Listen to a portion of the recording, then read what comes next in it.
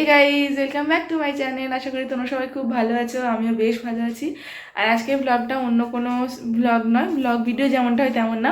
আজকে একটা রেসিপি তোমাদের সঙ্গে শেয়ার করব, যেটা তোমার দাদাভাই আমাকে বানাতে বলেছে। ইভেন ওই সব বলে বলে দেবে আর আমি বানাবো। তো চলো আজকে বানাবো চিকেন স্যালাড। আর সেটা কীভাবে বানাচ্ছি সেটা তোমাদের সঙ্গে পুরোটা শেয়ার করব। আর কেমন টেস্ট হয় সেটা অত্যন্ত টেস্টি, অত্যন্ত হেলদি। তো সেই জন্যেই তোমাদের সঙ্গে শেয়ার করা। তোমরা বাড়িতে অবশ্যই ট্রাই করো। আর যে ওই জন্য কিচেনে চলে এসেছি আর তোমাদের সঙ্গে সেটাই শেয়ার করবো বলে এখান থেকে শুরু করলাম। তো তোমরা দেখে নিও কেমন হয়েছে। আর টেস্টটা কিন্তু আমি আগেও বলছি প্রচণ্ড টেস্টি, ওই জন্য আরও একবার বানাচ্ছি। তো তোমরা তখন দেখে নাও।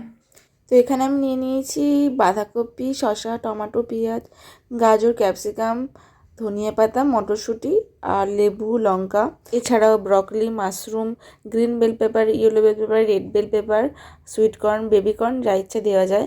আর তার সাথে দিতে হবে লেটুস পাতা। তো আমার কাছে ওগুলো ছিল না, তার জন্য এগুলোই দিয়েছি। আর হ্যাঁ, লেটুস পাতাটা ছিল, তো সেটা তোমাদেরকে পরে দেখাচ্ছি। আমি ওগুলো সব কেটে নিয়েছি আর লেবুটা একটা অর্ধেক করে রেখে দিয়েছি। তো সেটা আমি রসটা দেবো। আর এরপরে কিছুটা মাংস, সেটা সিদ্ধ করতে বসিয়ে দিয়েছি, দেখতেই পাচ্ছ।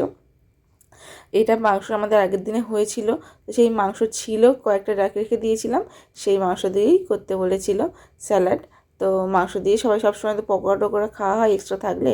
তো সেটা আজকে না থেকে আজকে বললো যে তোমার দাদাভাই বললো যে আজকে এটার স্যালাড খাওয়া হবে। তো ওই জন্য এটা সিদ্ধ করে নিয়েছি। তো তোমরা এভাবে সিদ্ধ করে নিয়ে হাত দিয়েও ছাড়াতে পারো। আমি একটু খুন্তি দিয়ে ছাড়িয়ে নিচ্ছি, খুব বেশি ছোটো ছোটো করবো না। আর মাছ সব মানে আমাদের মাংসটা আজকে প্রচুর কম ছিল, 4 পিসই ছিল। তো ওই জন্য যদি একটু বেশি মাংস হয় তাহলে আরও ভালো হয়। তো এখানে আমি 4 পিস মাংস সিদ্ধ করে নিয়েছি আর হালকা করে করে ছাড়িয়ে নিয়েছি। আর এই লেটুস পাতাটা পরে তোমার দাদাভাই এনেছে বলে পরে তোমাদের সঙ্গে আমি এটা শেয়ার করলাম। তো লেটুস পাতাটা এনে আমি ওটা কেটে নিয়েছি একটা জায়গায়, বেশি বড় ছোটো ছোটো না, অল্প মাঝারি করে কেটে নিয়েছি।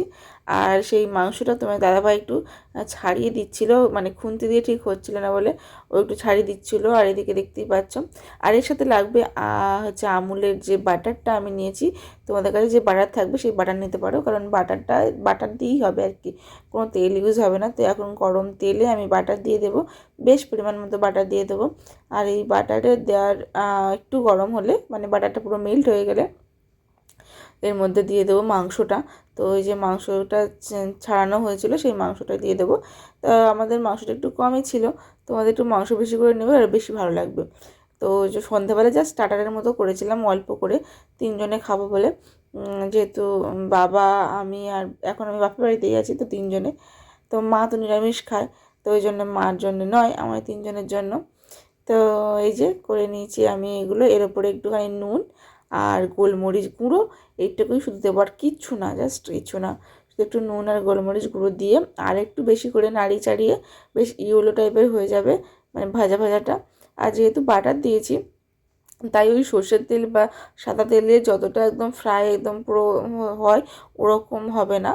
তো অতটা কালার আসবে না, কিন্তু মানে বেশ একটু মানে ভাজা ভাজা হবে, যেহেতু সিদ্ধ করা আছে তাই অতটা না ভাজলেও হবে। আর হ্যাঁ, বাঁধাকপির কিন্তু ভিতরে যে পাতাটা, যেগুলো সাদা সাদা, তো উপরের পাতাগুলো নেবে না, ভিতরের পাতাগুলো নেবে, তাহলে বেশি টেস্ট হবে। কারণ এটা তো স্যালাড, প্রায় কাঁচাই থাকবে সবগুলো, একটু একটু থাকবে, একটু একটু হবে। তো ওই বাঁধাকপি গাজরটা যেহেতু একটু শক্ত, তো ওই জন্য বাঁধাকপি আর গাজর দিয়ে একটুখানি আমি গরম তেলে নাড়িয়ে নেব। হ্যাঁ, এতে আবার বিনসও দেওয়া যায়। তো স্যালাডে মোটামুটি সব কিছুই দেওয়া যায় যেগুলো কাঁচা খাওয়া যায়। তো যেগুলো কাঁচা খেতে পছন্দ করে, যেগুলো কাঁচা খেতে পছন্দ করে সেগুলো দেবে না, জাস্ট অ্যাভয়েড করবে। তো আমি যেগুলো একটু শক্ত শক্ত ছিল সেইগুলো একটু নাড়িয়ে নেব। যেমন গাজর তো একটু শক্ত হয়, তারপরে এই বাঁধাকপির পাতা বেশ বড় বড় করে তো আমি কেটেছিলাম, তো ওই জন্য একটু শক্ত, একটু মটরশুঁটিটা, ওই জন্য ওর সঙ্গে ওই যে বাটার দেওয়া মাংসটা ভাজা ছিল তার মধ্যে ভালো করে একটুখানি নাড়িয়ে চাড়িয়ে নিয়েছি। এবারে এটা যখন একটুখানি হয়ে যাবে, যে বাকি সবজিগুলো সেগুলো আমি দিয়ে দেব।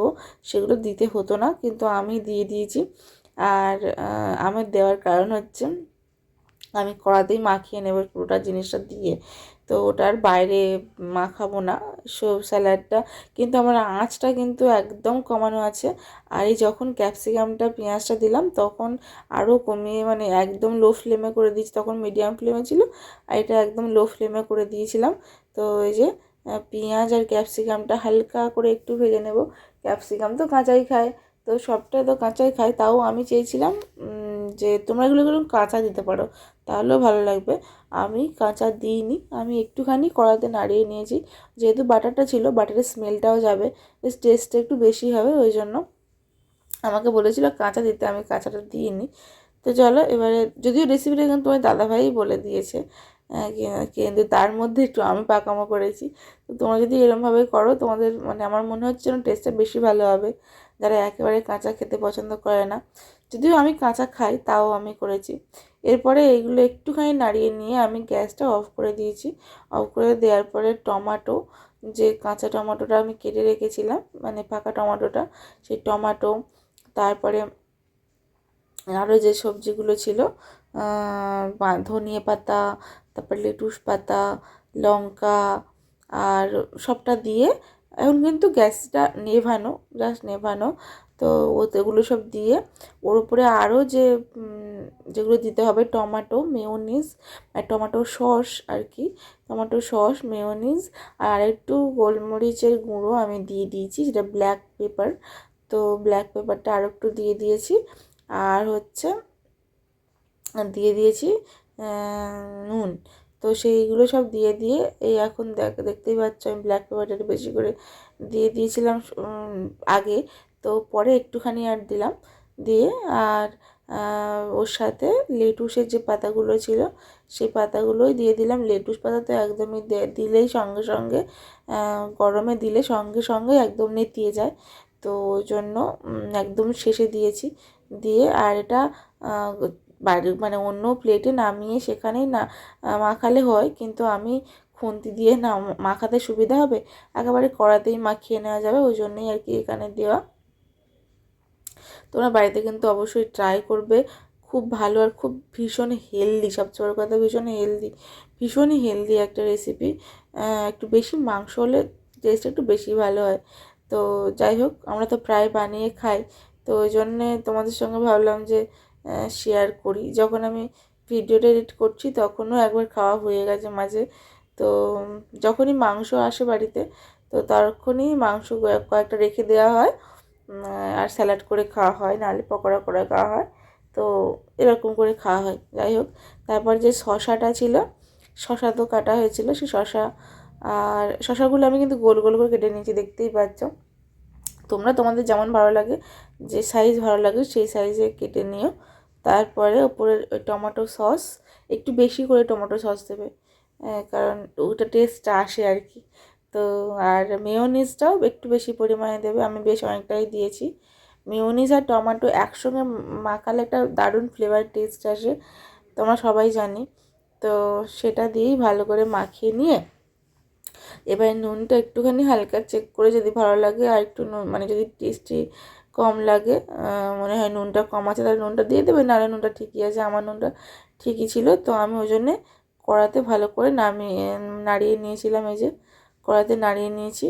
আর মেয়োনিজ খেতে কার কেমন লাগে অবশ্যই জানিও। তো আমার কিন্তু মেয়োনিজটা দারুণ লাগে, মেয়োনিজ খেতে। ইভেন আমি মাঝে মাঝে আঙুল দিয়ে চেটে চেটে খাই মেয়োনিজ। যখন বেবি পেটে ছিল তখন প্রেগনেন্সির সময় আমি কিন্তু মেয়োনিজ খেতে পারিনি, প্রেগনেন্সিতে মেয়োনিজ খেতে নেই, তো সেটা ক্ষতি করে আর কি। তো মেয়োনিজটা আমি তখন খাইনি, আর এখন মানে বেবি হওয়ার পরে মেয়োনিজ প্রায় খেতে ইচ্ছা হয়, আমি তখন বের করে করে খেয়ে নিই ফ্রিজ থেকে। মেয়োনিজ, বাটার, ব্রেডের সাথে মেয়োনিজ আর টমেটো সস একসঙ্গে দিয়ে, যে কোনো যা হোক একটা সবজি দিয়ে দিয়ে খেলে মারাত্মক ভালো লাগে। যাই হোক, তোমরা বাড়িতে অবশ্যই ট্রাই করো, একদম সহজভাবে দেখেছি, ঘরোয়া পদ্ধতিতে, তো খুব টেস্টি হয়, খুব হেলদি হয়, অবশ্যই ট্রাই করো আর খাওয়ার পরে জানিও। তো তোমরা তো দেখেই নিলে কেমন টেস্ট ছিল, আর সেটা তো আমি আগেই বলেছি, আবারও বলছি, একদম ফাটাফাটি, যারা খেয়েছে তারা জানে কত সুন্দর টেস্ট হয়। আর আমি না ওটা বাইরে মাখাইনি, একদম কড়াতেই মাখিয়ে নিয়েছি, তোমরা তো দেখেই নিলে।